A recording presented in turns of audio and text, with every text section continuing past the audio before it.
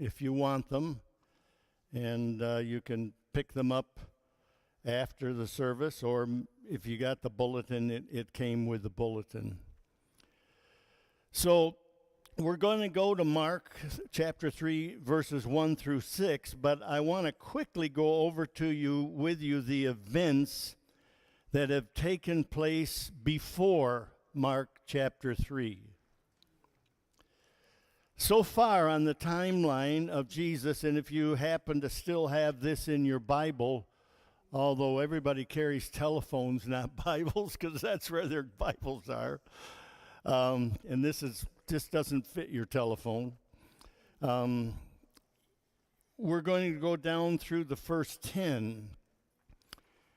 Jesus turns water into wine at the wedding of Cana. Jesus heals a Roman official's son at Capernaum in Galilee. Jesus drives out an evil spirit from a man in Capernaum. Jesus heals Peter's mother-in-law, who was just crippled with fever. Jesus heals in one evening at a house in Capernaum. It says he healed many sick and oppressed. In Matthew, it says he healed everyone. Not one went away without being healed. There's the first miraculous catch of fish on the lake of Gennesaret, which is the lake of Galilee. That's why it's called the Galilee region. And Jesus cleanses a man or heals a man of leprosy. Jesus heals the centurion's paralyzed servant. That's also in Capernaum. Number 9, Jesus heals a paralytic who was let down through the roof. They took the tiles off and let him down right in front of Jesus. And then finally, and this is where we'll be this morning, is Jesus heals a man with a withered hand on the Sabbath.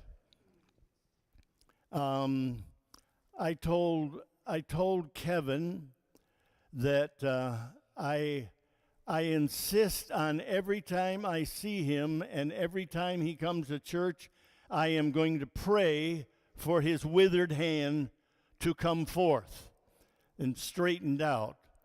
His is the result of a stroke, and that's what you see all up and down. The evidence of that stroke is on his right side.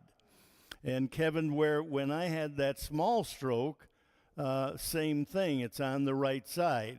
I'm often surprised at the strength that I don't have in my right leg and in my right side. And I will sometimes, it'll almost throw me off balance because I think I'm going to suddenly lift myself up with my right leg, and it doesn't have the same torque that the left one has. No complaints, Kevin. But I want you to think about that. Every time you see Kevin, pray for him. Pray for him. Every time I told Irene, I said, we're going to practice. My wife and I are going to practice on you because she has a situation which is called central tremors, which never can be fixed. But Jesus could, and he does. And my wife has this from COVID in her legs, which hinders her a great deal. That's what I'll say about that.